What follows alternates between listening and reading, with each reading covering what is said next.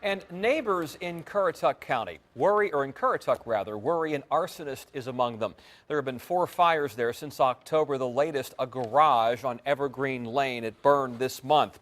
Then on your sides, Ann McNamara is here live from the Suffolk community. And Ann, what are police saying about these fires? We're here in Chuckatuck tonight. Police are not saying much about these fires. They're calling this an active investigation. They will not even say the fires are suspicious. They also won't comment if the fires are related. But if you talk to neighbors, residents in this area, they will tell you it can't possibly be coincidence that there have been 4 fires in this small of an area at this time. It was just a nice, quiet neighborhood. Never have, any trouble.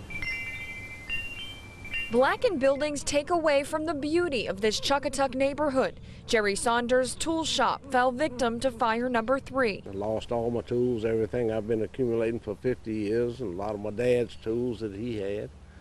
So I lost a lot. Saunders, a lifelong firefighter, sees a pattern. He says all 4 fires happened on weekend nights within 100 yards of each other. Just jittery, everybody jittery. You don't know who may be next. Several neighbors are just fearful. We have tried to keep lights on, and then, every time you get up at night, you go around, you look out to make sure nothing's going on. Carolyn Harris stands in front of the debris that was her garage. The fire set earlier this month is the most recent.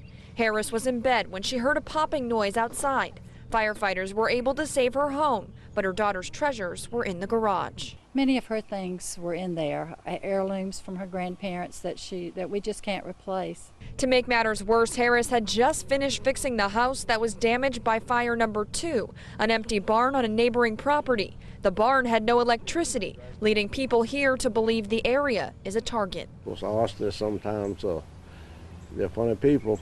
They don't, you don't know what's on their mind, and they might not have anything against anybody. They just like to see fire.